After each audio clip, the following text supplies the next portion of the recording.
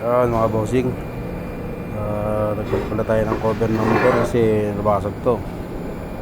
Gawa nung sa nahulog kasi ito dun sa may sa may side. Bali hindi siya hindi maayos yung pagkakalagay ng sa akin. Dumulas. Kaya ito nabasag. Bali nga pala sa natin to, sa high pressure pump. Ito na ngayon yung kapalit. Bali ito yung kapalit ay galing nga pala to sa lumang motor. Kaya mga lumang motor na nasusunog, hindi ko pinapatapon yung mga takip kasi pwede nga nabawa may mga ganitong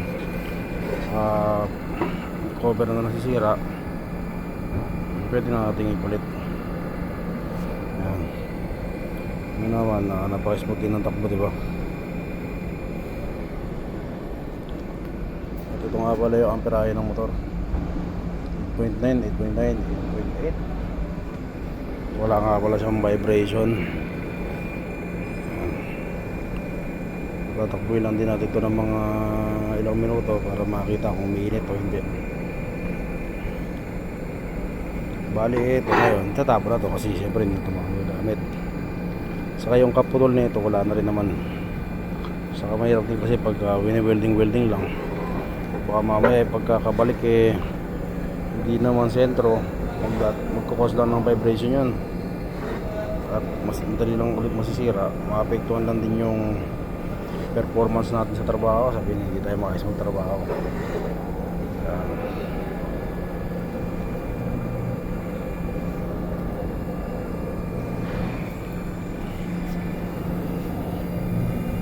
Nga pala ay 7.5 kilowatts. Bali delta ang connection na ito. Ayan, according sa nameplate 1455 RPM. Bali Siemens motor to mga bossing yan, Siemens.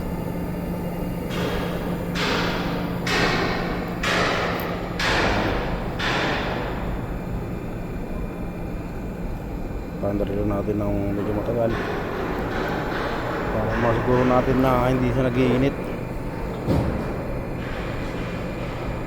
Pero hindi, okay naman yung amperahe niya dahil yung full load nito is 15.2 ampere. Ayan. So nasa 40% lang tayo halos. 40%. Almost 60%. 55%. Yun.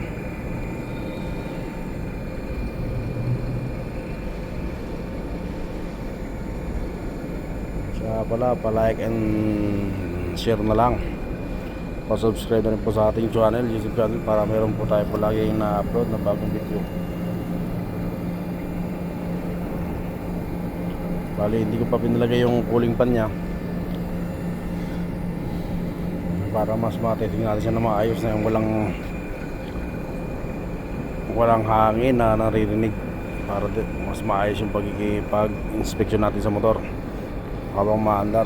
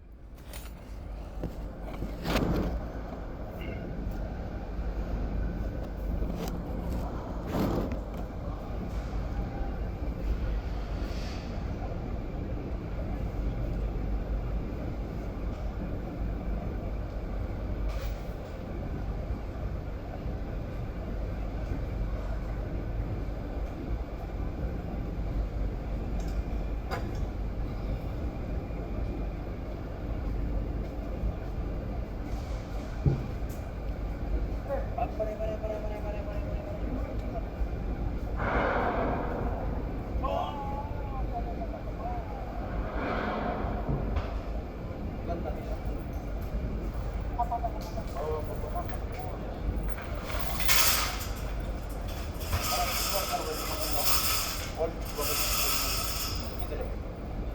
scrap.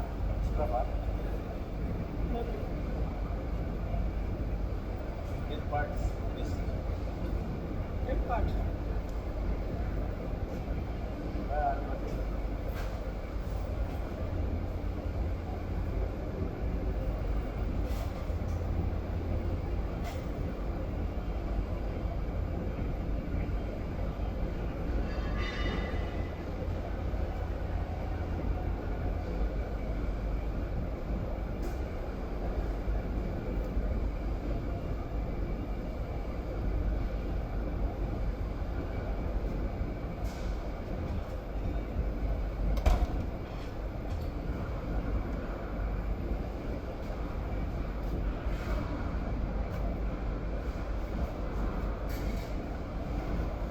May tarik.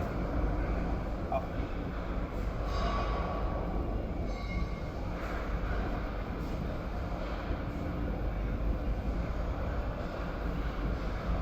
Pag yung trabaho ng pala. Mga malaya na yung gumagawa.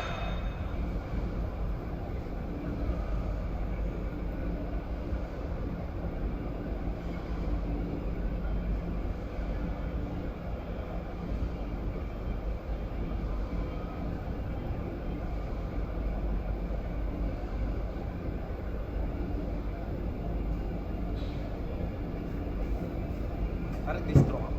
Isa. Wala dito.